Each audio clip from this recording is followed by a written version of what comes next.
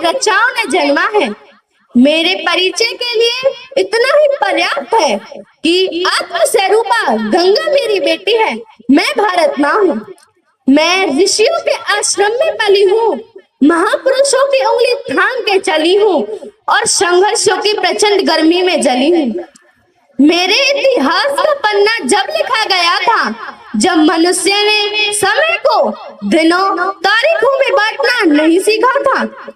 10,000 साल पहले मेरा खाका बनाना शुरू हुआ, लेकिन इतना पुराना इतिहास सिद्ध करने के लिए मेरे पास कोई साक्ष्य नहीं है।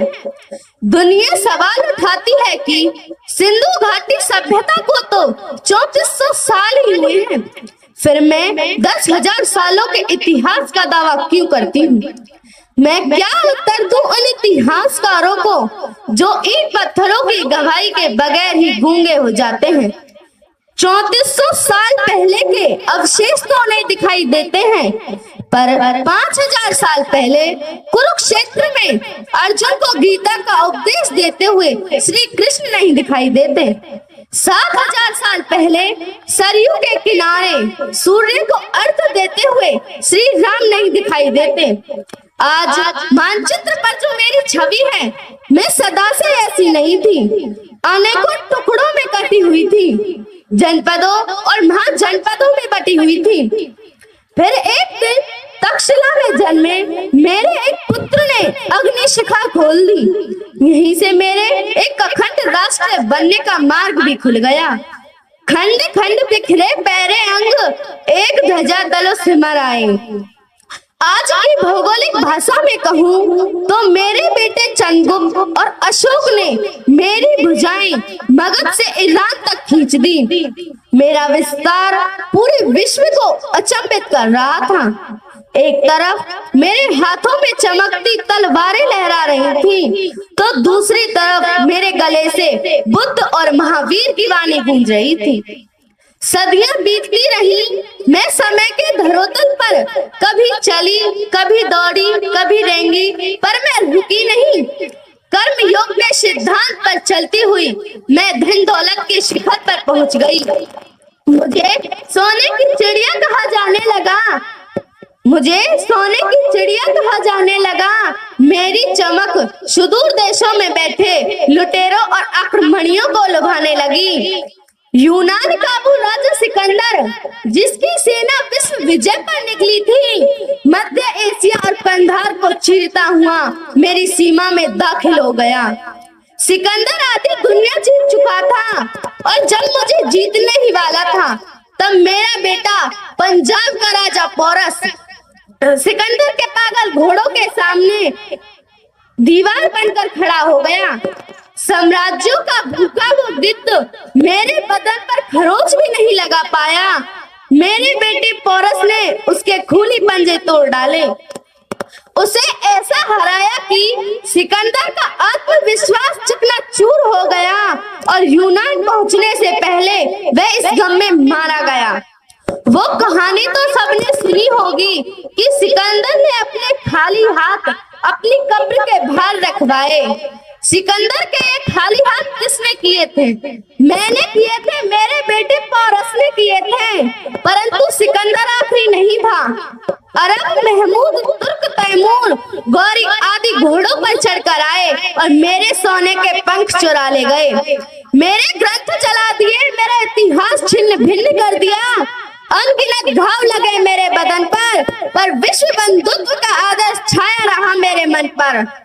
मेरा बदन विदेशी तलवारों की चोट खाता रहा और मैं अतिथि देवो भव दोहराती रही।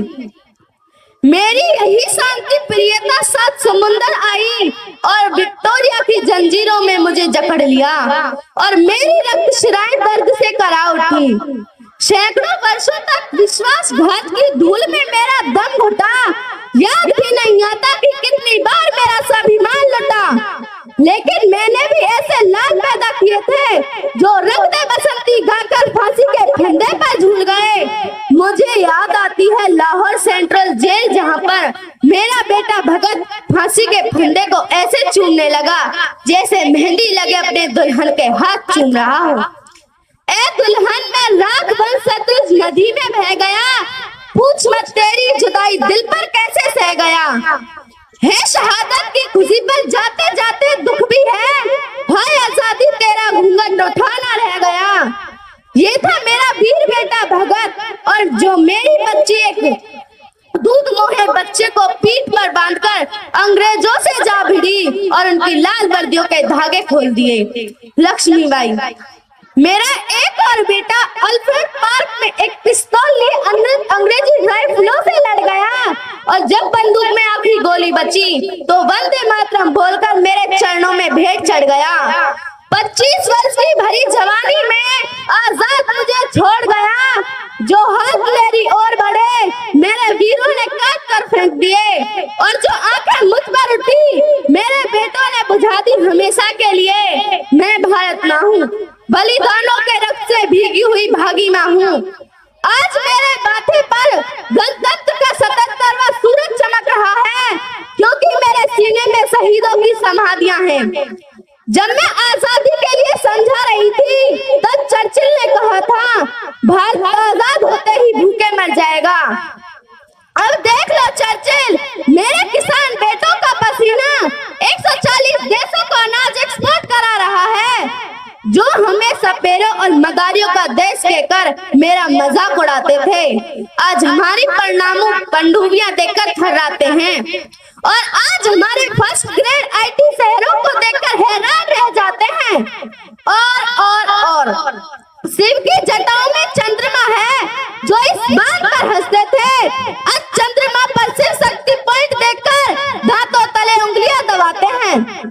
भारत माँ के पुजारियों ने गंगा माँ की धारा को मोड़ दिया, जो इंग्लैंड हमें लूटकर धनवान बना, मैंने उसे इकोनॉमी की रेस में पीछे छोड़ दिया। जब दुनिया ने कहा कि अब मुमकिन नहीं कि भारत महाराणा प्रताप वाला शौर्य दोहराए, तो मेरे बेटा ओलंपिक में भाला फेंककर गोल्ड उठा लाए। जब मेरी बेटियां घरेलू बताई गईं, तो वे दुनिया से वर्ल्ड कप छीन लाईं, और हम गहराई के कायल हैं, रफ्तार के नहीं।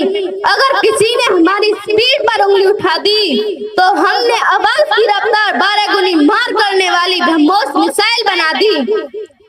वेदों पुराणों की भाषा बोलती हूँ, पर क्वांटिक फिजिक्स भी मुझे बराबर आता है। कभी वक्त मिले तो डेटा चेक कर लेना, हमारी सैटेलाइट का रिमोट सेंसिंग पावर अमेरिका से भी ज्यादा है। 70-75 साल पहले लोग तरस खाते थे कि महामारियों में सबसे ज्यादा लाभ उठाने वाला देश भारत है। आज देख लो, दुनिया में सबसे बड़ी वैक्सीन ड्राइव चलाने वाला देश भारत है। वैक्सीन से मैंने अपने को भी संभाला, और दुनिया के 32 देशों को मुफ्त में देकर उन्हें भी संभाला, और वैक्सीन पर लिख दिया, वासुदेव कुटुंबकम सर्वे सन्तु निरामया। अरे भाई, तरक्की करना मेरी आदत में होता है। अपने यूपीआई का जरा पता है ना, दुनिया का दूसरा डिजिटल ट्रांजैक्शन यूपीआई से होता है। सबको लगता था कि मैं गई गुजरी हूँ, बेचारी हूँ। आज दुनिया के सबसे कामयाब लोगों की लिस्ट बनाओ तो 10 में से 7 मेरे बेटे हैं। और हमारी उड़ान तो देखो, जब हमारे पड़ोसी चौक से चांद का डायग्राम बनाना सीख रहे थे, तो मैं चांद की मिट्टी चूम कर आ गई। जब लोग मिशन मार्स पर करोड़ों डॉलर फूंक रहे थे, मैं मुट्ठी भर पैसे में मंगल घूम कर आ गई। मेरे सीने में हवन कुंड की चिंगारी है, और टिमटिमाने और बुझने के दिन गए, अब तो चमकने और धहकने की तैयारी है। नोट करके रख लो, 19वीं सदी इंग्लैंड की थी, 20वीं अमेरिका, और 21वीं सदी मां भारती की है।